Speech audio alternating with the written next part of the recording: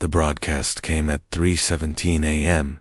GMT, hijacking every frequency from orbital satellites to basement ham radios. A shimmering figure stood tall in a field of stars, framed by sleek alien architecture and banners lined with unrecognizable sigils. It wasn't a transmission, it was a declaration, in accordance with the Accord of Dominion. By right of technological and cultural superiority, the Thouser Dominion hereby claims dominion over Sector 441E, known locally as Earth. You will surrender your planet and your species within one solar rotation. Resistance is prohibited.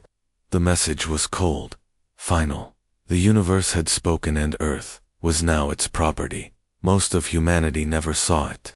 By the time news anchors scrambled to explain what had just happened, military satellites were already picking up the first incursions in low orbit. They didn't look like fleets.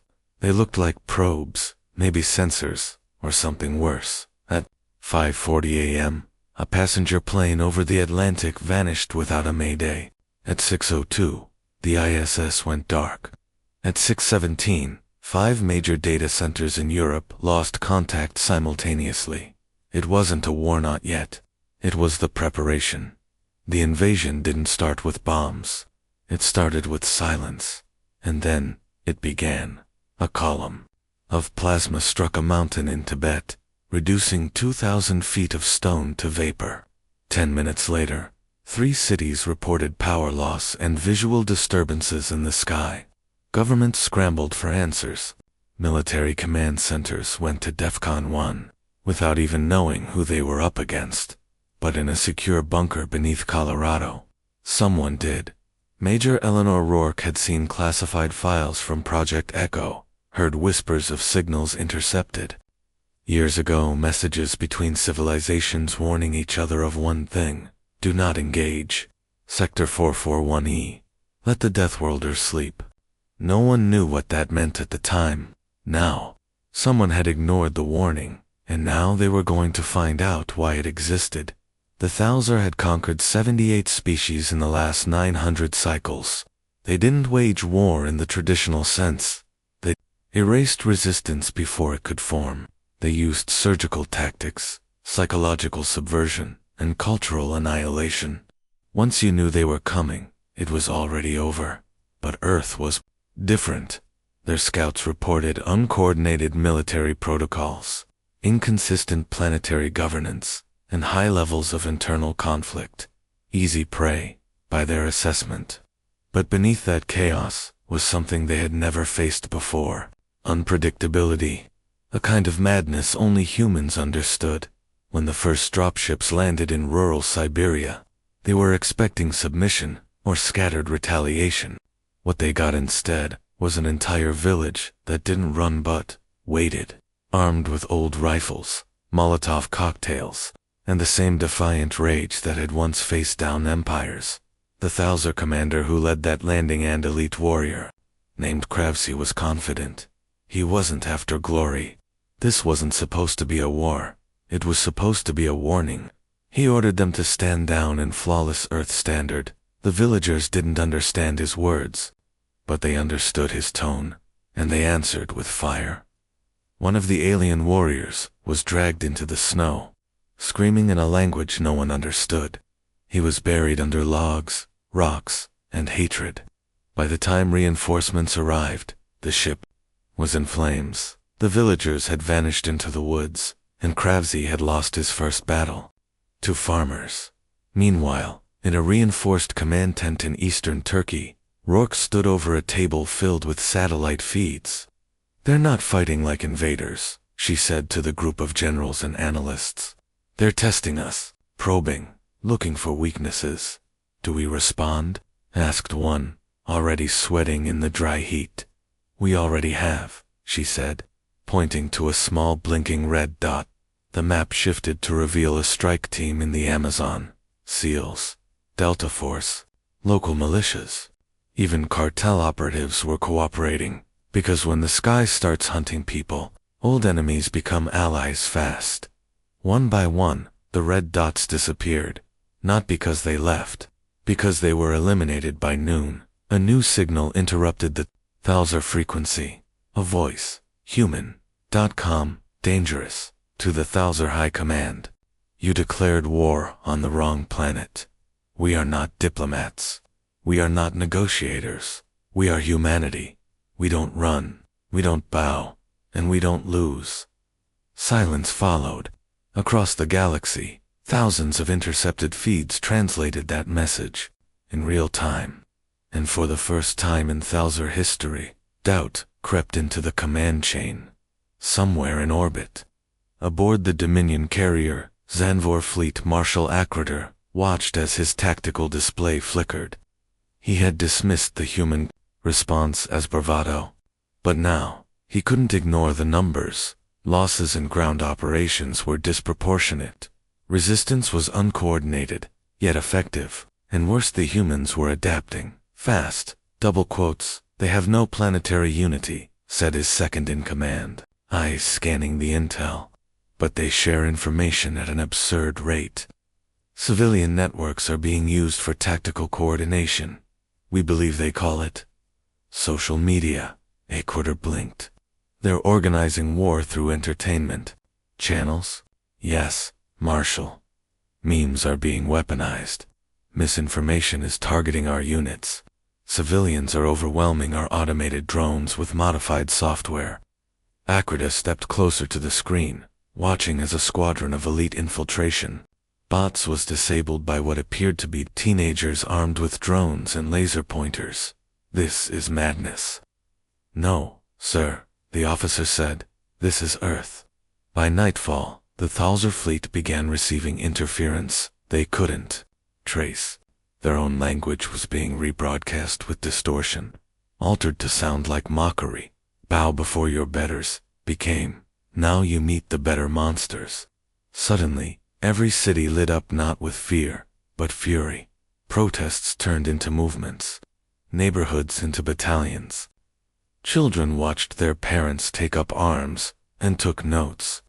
In less than a day, the world had become one species, one language, one message: we will not be taken.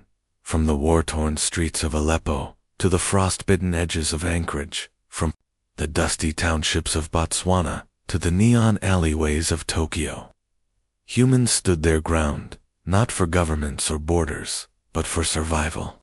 For each other, and in every place the Thouser landed, they found not just resistance but rage. Rage sharpened by history. Rage taught by war, betrayal, and loss. A species that had learned to survive, not in peace, but in the shadow of extinction. The first Thouser fleet wasn't destroyed. It was humiliated.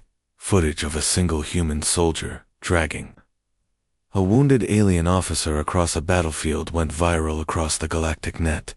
The alien was weeping. The human was laughing. The caption read, "They thought we were prey." By the time reinforcements arrived from the nearest Thouser colony, Earth was no longer a target. It was a lesson, and someone should have remembered the rule carved into the ruins of a dead planet 5 sectors away. A message written in blood and fire: do not mess with Earth. The first mistake the Zorvani made, after their declaration of war, was assuming humanity would respond like every other species had, with panic. In most of the galactic wars they'd initiated, the target race broadcast desperate pleas to their neighbors, begging for assistance, or sent envoys groveling at the feet of Zorvani warlords for mercy. But humanity did none of that. Earth went silent. No broadcasts, no pleas, no surrender, just nothing. And that terrified the observers more than any war cry ever could.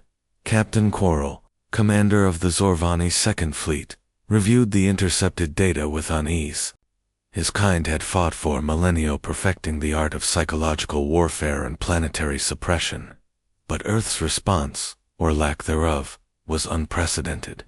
Their digital networks went dark in unison, military satellites shifted or went cold, and even civilian transmissions ceased. It was as if the species collectively turned off the lights and waited in the dark. On board the orbiting command cruiser Viren's Fist, Captain Coral stood before the viewing bay, his forehead, eyes scanning Earth's horizon. He had expected to see chaos riots, flames, perhaps resistance units forming crude barricades. Instead, the cities were quiet. Power grids were being rerouted with silent efficiency. The skies above major population centers cleared as air traffic halted. Civilian movement was minimal, disciplined, coordinated.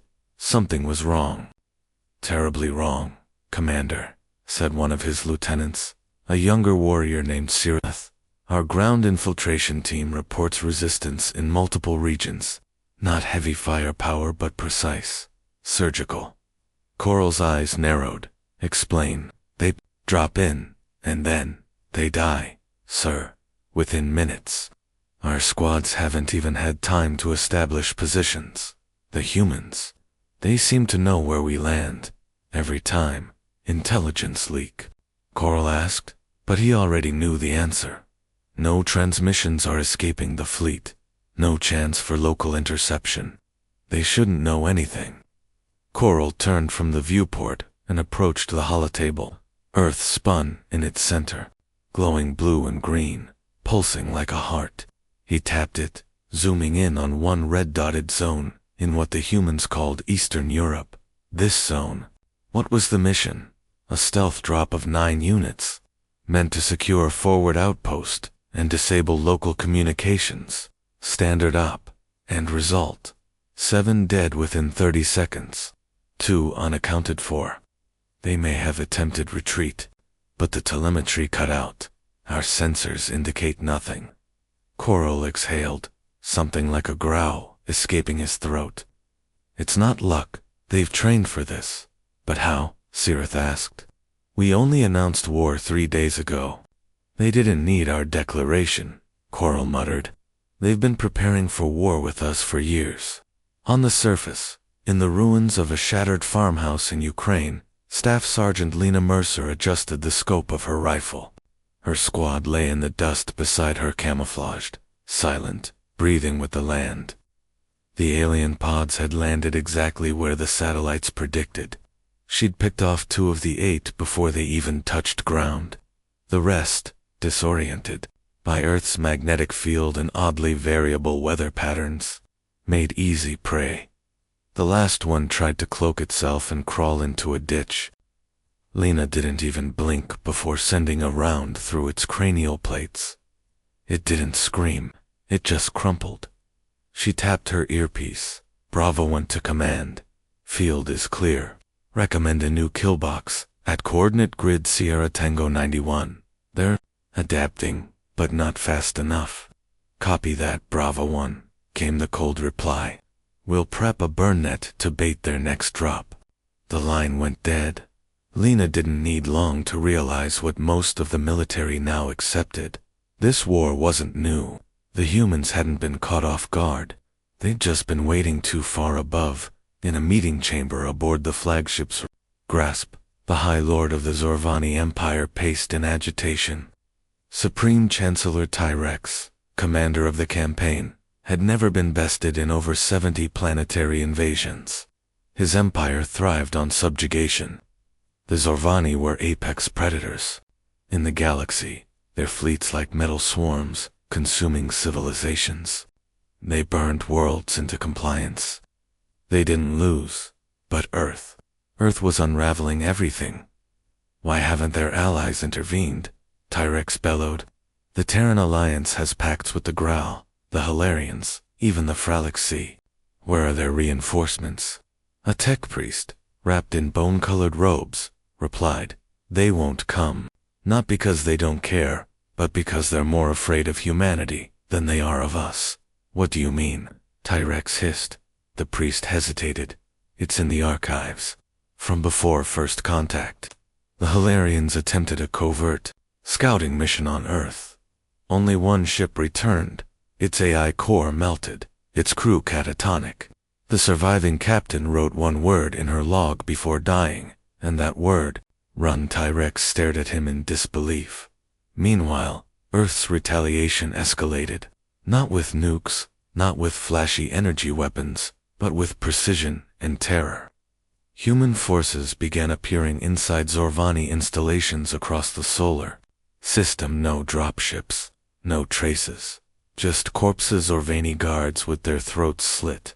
Entire research teams suffocated by gas no Zorvani sensors could detect. They called it Ghost Protocol. Entire ships began vanishing from orbit. Zorvani soldiers deserted in whispers, spreading rumors of a human division called the Quiet Sons. No one saw them, no one heard them, but they left marks, burned sigils in Zorvani script, etched with plasma into walls. You wanted war. Panic crept into the fleet. The Zorvani High War Council instituted mandatory morale executions, purging any crew member who spread the rumors. But fear spreads faster than fire. On Mars, humanity's forward base launched a countersignal, jamming Zorvani long-range comms. No messages were going out. The invaders were cut off, isolated from reinforcements, and unable to understand why their war machine was crumbling from within. In orbit, Coral issued an emergency recall. His fleet was being dismantled ship by saboteurs. They couldn't catch, hackers they couldn't trace, and weapons they didn't understand. Earth hadn't just prepared for war, they'd mastered asymmetry. His flagship Viren's fist suddenly shook. An internal explosion rocked the aft sector, alarms screaming as artificial gravity flickered. Status, Coral roared. Internal. Breach, shouted a tech. Deck 4 security team, unresponsive. Breach point is from inside. Impossible, we're in orbit. And then came the voice. Human.com, projected through the ship's own internal system. You came to our doorstep. A pause. Then, now, we've let ourselves in. Gas flooded the bridge. Coral reached for his respirator, but the seal had already been compromised. The last thing he saw was a figure in dark armor dropping from the ceiling. No sound, no warning, no mercy. Back on Earth. Lena Mercer stood before a terminal as the data scrolled in. Another Zorvani flagship lost. Another cluster of their ships were throwing into uncharted space. The war wasn't over, but it was no longer a fight for Earth's survival. Now, it was a demonstration, a message, to the Zorvani, to the galaxy, to anyone watching. You do not declare war on Earth, because no one who does walks away whole. They never expected Earth to bleed like this. In orbit, the alien fleets still hung, coiled like a blade above the throat of the planet. But something had shifted. From the darkness between stars, humanity's response had begun, not with fanfare, not with light shows, but with silence, precision, and steel. Sergeant Major Elias Ward stood on the lip of the ruined crater that had once been the alien forward operations base. His armor was scorched, helmet tucked under one arm, and his other hand gripped the shard of an alien banner. He planted it into the blackened earth, like a stake through the heart of a vampire. Let them come, he muttered, spitting blood. Behind him, his squad fanned out through the smoldering ruins. They weren't soldiers anymore. They were myths, made flesh ghosts of a planet that never dies quietly, and the invaders were beginning to understand that. The alien coalition, a union of species that had swept through over 100 star systems, was unraveling. It wasn't the firepower that had shaken them. It was the resistance. The refusal. They don't fight like anything in the records.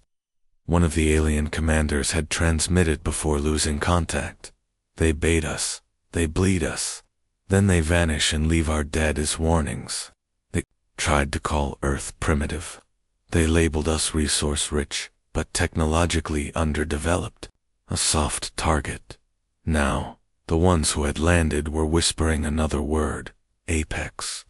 From the orbital command ship, Vertalix, Supreme Strategist Kelnavari reviewed the footage from the ambushed detachment. Hundreds of his warriors, elite, genetically designed, armed with centuries of tech wiped out by what appeared to be 30 humans. 30. With 20-year-old rifles and dirty uniforms. But they didn't run. And they didn't break. They had traps in their blood. Kelnavari turned to his aid. They breathe toxin for air, survive on irradiated protein, and rebuild in hours what we destroy in days. This is not a war. This is an error in judgment. His aide responded with a tremble in his voice. We should request reinforcement from the inner fleet. No, Kelnavari said coldly. We should apologize, but that door has closed. Beneath the jungles of Brazil, a hidden human black site, known as Facility Argus, hummed to life. Maps lit up, names crossed off, coordinates fed into missile silos that didn't officially exist. Commander Mirahan paced in front of a table of Earth's best and brightest. They thought we were scattered, broken by borders. They failed to realize something. Nothing unites us faster than a foreign enemy stepping on our soil. An old general leaned forward. They wanted us to kneel. We're teaching them to crawl. In the silence that followed, technicians loaded payload Zulu into a launch tube that had been sealed since the Cold War. Old toys for a new enemy. Humanity had learned from every war it ever fought. We remembered. We improvised. We endured. That was the word the aliens didn't understand. Endure. They thought winning meant dominance. For us, survival was victory. On the other side of the globe, deep beneath the sands of a Middle Eastern outpost, a small unit of resistance fighters huddled around a flickering drone feed. Agoratha, massive simian race, bred by the coalition, was tearing through civilian areas. Its strength was unmatched, its rage unstoppable, until a human stepped forward. No armor, just scars, no weapons, just fists wrapped in cloth and bone. He was an ex-prisoner. No rank, no call sign, only vengeance, and in front of the camera. That Goliath creature bred to destroy tanks fell, not from a bullet, not from a bomb, but from a human's hands around its throat, whispering the names of villages burned. The room fell, silent, and from that moment on, resistance groups around the globe began telling stories of individuals standing against monsters, of farm girls with Molotovs, of kids hacking enemy drones from public libraries, of soldiers crawling into alien dropships with nothing but a knife and a smile in the void near Jupiter. Something stirred. Humanity's secret weapon, Project Nyx, a ship unlike any other, born not of global cooperation, but of paranoia. It had no crew, only an AI, with a single directive: ensure Earth's survival at any cost. When the coalition fleet passed through the outer system, Nyx woke. No lights, no warnings, just one word whispered into the enemy's comms: you should have stayed away. 12 ships vanished within minutes. No explosions, no remains, just static and fear. The coalition began to fracture. Species blamed each other. The command chain faltered. Mistrust seeped into every transmission. Humans weren't just fighting back. They were breaking the rules of war, and we were damn good at it. On Earth, Elias Ward marched through reclaimed territory. Cities that had been bombed were now traps of their own. Every building could hide a sniper. Every sewer could lead to a bomb. In the ruins of Detroit, an alien patrol entered what looked like a collapsed subway. They didn't come out. Instead, their screams echoed up the tunnels mixed with a human laugh, broadcasted on every frequency, in every language. The message was clear: you're not hunting us, we're hunting you. High above, on the bridge of the Vertalix, Kelnavari received a final transmission. It was from a species once conquered by the coalition. Now observing from the edges of the war, their message was chilling. You should have asked us about Earth. You should have listened when we said, they never stop. Now, you'll learn like we did. Too late. Kelnavari turned to his war council. Pull back, regroup. But Supreme One, the Admiral said, what of the humans? Kelnavari closed his eyes. They were never part of the equation. They were the answer we didn't understand. He turned off the holomap of Earth. We declared war on them, And now we understand why no one else ever did. The Harak dreadnought Vorn's wake drifted above the Pacific, a blot of silver and venom in Earth's sky. 40 miles long, a floating city of war. Its engines hissed with dark matter. Its hull shimmered with refractive shielding. It was the most advanced weapon in the Harak arsenal, a flagship sent not just to win, but to humiliate. General Threx paced the bridge, claws twitching. All targeting systems ready. Yes, General, came the reply from his second. Surface response has been negligible. They are paralyzed. Threx scoffed. Let them tremble. Begin the broadcast. The Harak language, a series of modulated clicks and deep tonal growls, translated into every human tongue on every frequency. Across Earth, phones buzzed, screens flickered, radios screamed. People of Earth, the message began. Your resistance has been calculated and deemed irrelevant. Your species has been weighed and found weak. You have 1 hour to surrender your planet and submit to integration into the Harak Dominion. If you resist, your world will burn. But Earth did not answer, not immediately. Threx smirked. They cower. Sir, the communications officer blinked, antennae stiffening. We're getting multiple unauthorized data penetrations into our systems. Origin, Earth. What kind of penetrations? They single quotes, recursive, self-replicating, targeting command protocols. Threx froze. A sidetrack. Yes, General. But the code, it's not primitive. Below, in the submerged tunnels beneath Cheyenne Mountain, a woman leaned over a console. Captain Lena J., U.S. Cyber Command. Her fingers danced. The screen before her was a storm of red. There, arrogant, she said calmly. Didn't encrypt their fallback command stacks. We're inside. Inside what, exactly? Her commander asked. She smiled. Their fleet. The Harak did not anticipate this. Their dominion spanned 83 systems, and none had ever resisted with such ... precision. Their protocol arrays were corrupted. Drone squadrons fired into space. Subsystems rebooted mid-flight, and then something worse happened. The Vorn's wake began to fall. Threx roared. Stabilize. Where is propulsion? Gone. General, engine control has been rerouted to a foreign logic core. How? On Earth. Lena pressed one final key. The dreadnought's own speakers crackled, this time with a human voice. You came to dominate. You forgot to encrypt your future. This is Earth. We don't play fair, and we never surrender. With a hiss, the Vorn's wake's rear stabilizers vented their antimatter cores. And then the behemoth plummeted. It didn't explode. Not yet. It sank straight down into the ocean. Impacting just west of the Marianas Trench, it vanished into crushing darkness, its own AI screaming as water overwhelmed every deck on the Harak homeworld. Panic spread. They had sent their strongest, and Earth had hijacked it. But vengeance wasn't over. Not yet. Across orbit, 3 more Harak ships adjusted course. Orders came from above. Deploy the Inferno rings.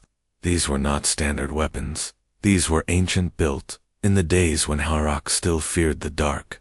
Weapons meant to cleanse entire biospheres with gravity distortion and plasma ignition.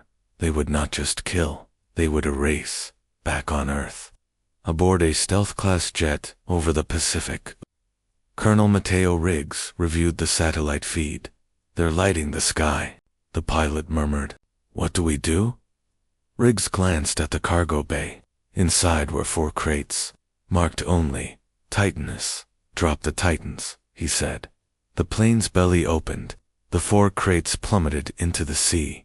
Each one was over 20 feet long, reinforced, pressure sealed, inside them. Not bombs, humans, modified, forged, not enhanced with alien tech, but pushed to the very edge of human biology. By their own kind, the crates hit the ocean and opened. What surfaced were 4 silhouettes, broad, silent, scarred, and each carried a weapon so advanced, its blueprints were deleted after printing. Unit 1. Online, a voice said, crisp and cold. Targets locked. From the sea, the Titans launched upward on repulsion boosters, breaking through cloud layers like bullets of wrath. One of the inferno rings activated.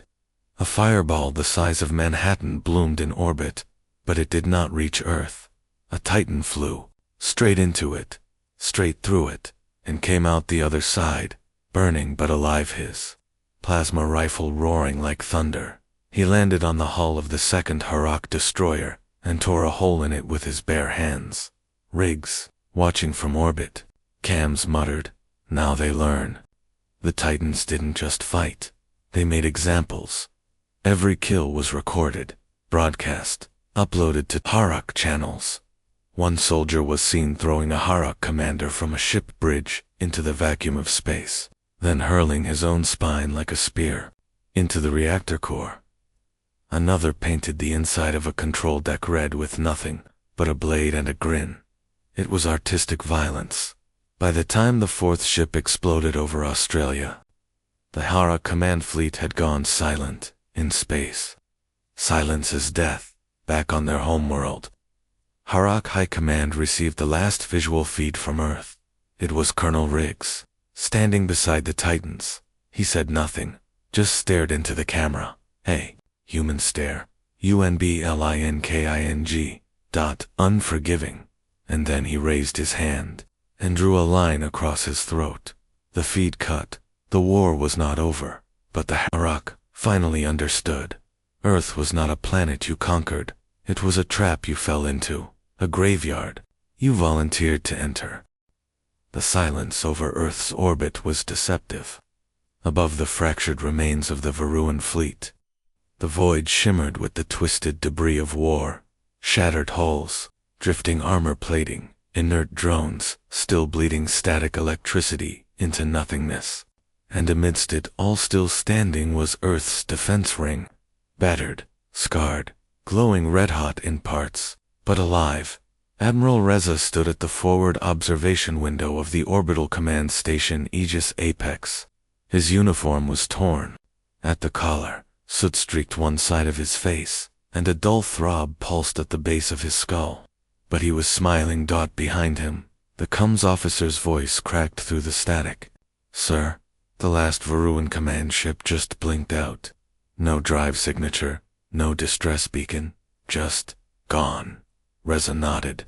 "Cowards didn't die, they ran." The tactical director leaned against the console, blood trickling from a wound above his temple. "They came expecting slaves, Admiral, or specimens. What they got was Earth. But it wasn't over. Not yet." Down on the surface, fire still blazed in dozens of cities. Civilians had taken up arms in neighborhoods once thought peaceful. Entire metro systems had turned into underground resistance routes. Autonomous AI drones initially built to deliver groceries were now armed with repurposed anti-tank railguns. Children had been evacuated into deep bunkers while pensioners manned rooftop machine nests, and perhaps most telling of all, the Varuan, once proud conquerors of 1,000 worlds, had begun broadcasting apologies. Reza turned to the central screen. It showed a live feed from the Varuan council chamber, now under human occupation. A single Varuan noble scaled. Its facial frills dimmed and submission knelt before an armored human in black. The room was silent until the human spoke. "You asked why no one ever touched Earth before. You learned the answer." The Varuan noble trembled. We believed the stories were myth, that your people exaggerated, that the silence around Earth was fear spun into legend. It was." The noble dared to look up then. "What happens now?" The human, callsign Ghost 6, lowered his rifle. "Now, we decide if we tell the others what really happened here, or let them find out the hard way." A soft beep came from Reza's console, a priority message. He tapped it open. From Directorate of Shadow Operations Status, verified message, artifact retrieved, Secure containment underway. Reza's eyes narrowed, so the rumors were true. The Varuan hadn't come for conquest alone. They were after something else buried beneath Antarctica. Something older than their empire. Something even they didn't fully understand. And now, humanity had it. "Sir," said the comms officer, turning pale. The relay network just picked up something. Reza looked up a single signal, galactic-wide, from an unknown origin. Translated content. "They have it now. Stand down. Do not provoke the humans further." The bridge went quiet. "Who sent that?" Reza asked. "Unknown. Not Varuan. Not mapped. The signal predates known civilization." Reza leaned back slowly in his chair, and they listened. "Yes, sir. We've confirmed 5 different empires were calling fleets from earthbound vectors. It's a total stand-down." The Admiral exhaled, not with relief, with a kind of tired resolve. "It's not just that we won," he said. "It's that we were watched." In the weeks that followed, Earth didn't celebrate like a conquering victor. It didn't demand tribute.